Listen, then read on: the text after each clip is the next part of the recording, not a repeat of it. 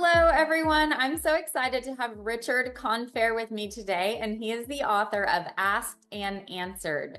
Richard, can you tell us a little bit about your book? Sure. The book started off as a memoir of my life and addictions that I suffered from. It basically goes through a story of the successes that I was lucky to achieve in life as a medical malpractice litigation attorney, an equestrian rider who had the privilege of riding with some members on the U.S. equestrian team that were gold medal winners, and my life as a professor of law, and the successes that I achieved, which ultimately ended up in failure because of the addictions. And the journey going from that position at the top to the position at the bottom is why I refer in the book to the song Viva La Vida by Coldplay, which basically is the story of a king who lost his kingdom and having been required to walk the street. These are the words: walk the streets that he used to own, which I pretty much ended up doing. Um, so it tells the story of some courtroom drama that I was involved in. It discusses some state police corruption in Pennsylvania, wherein I was arrested for a crime that I didn't do, causing me a lot of very negative publicity. It ended up where I retired from practicing law in my late 40s and moved out of the area. I was pretty much disgraced because of the stuff that had gone on. Um, I also tell the story in there of the charges of what ultimately came out, where we disclosed state police corruption in Pennsylvania, what had been an illegal chop shop operation that was being run by some members of the state police who blamed me. I was their lawyer to try to take some of the heat off them, and it was just a big drama. It was in the newspapers every day for a year. It was publicized in a lot of the larger cities in the Pennsylvania and in New York. The local papers picked it up. I think even Miami at some point had a shot of it because it was just widespread problems within the state police. I'm not saying anything negative about the state police. It was a bad group of people. The book goes on to then tell the story of how I, in the midst of my addiction, ended up going from this uh, distinguished trial lawyer, professor of law, into Miami and into the underground drug world of the traffickers in Miami. I just got so caught up in everything that I ended up becoming a part of that street life down there. I lost everything I had. I moved to Miami very wealthy, bought a yacht, bought a home in Coral Gables, had a number of expensive cars, Ferraris, Porsches, and I ended up moving back from Miami to Pennsylvania by borrowing the money from my second ex-wife to get a plane ticket back.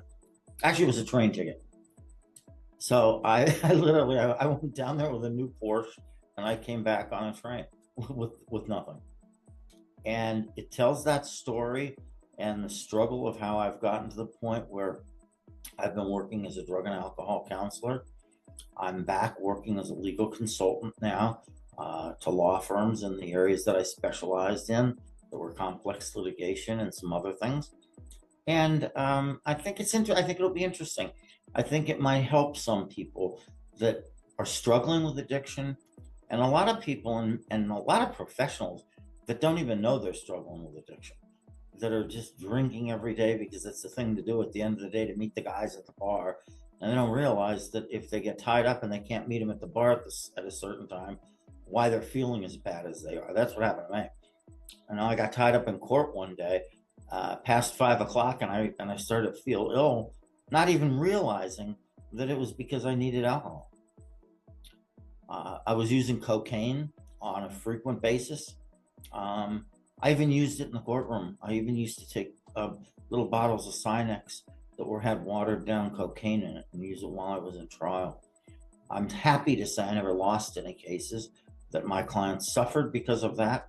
But it just gives an idea, I think, of how professionals, for one, suffer from things like addiction, or they're on the border of it and they don't realize it and they don't take the steps that they need to combat it. So the book started off as a memoir and it ended up going into a little bit of the things that make it more interesting for other than people that are struggling with addiction. You know, I think it's something that is interesting to the general public. We're on Amazon right now. We're on Barnes and Noble, and we're giving it a kickstart and hoping to get a large reader group that follows us. Wow, Richard, you have been on quite the journey, and this sounds like such an interesting book. And I just want to applaud you for your bravery in being able to be vulnerable and to be able to share this story with the world. And I hope that it can help a lot of people. Richard, what was your inspiration for writing the book? My daughter, my daughter who suffered through this, and my daughter who stuck with me through the highs and the lows of this, and gave me the moral support whenever whatever was going on to just struggle through and to beat this. And I have a great relationship with her. Thankfully, I didn't lose it, like a lot of people lose their children through these things. I talk to her every morning when I wake up. She's in New York City. She's an artist in New York City. We see each other a lot and we talk all the time. So she was the inspiration. I love that. Kids are such good inspirations for us to do wonderful things. I just love that. Richard, is there anything else that you can tell us about the book or the message behind the book or about yourself? Well, I know that I had a lot. It was a large personal struggle for me. It was a struggle of either becoming so. I was suffering from addiction for 50 years. I didn't get sober till I was 69 years old, and it's a daily struggle. It's a constant daily struggle. You know, when you reach this point in your life and you don't know anything other than addiction, drinking, cocaine, it never leaves your mind.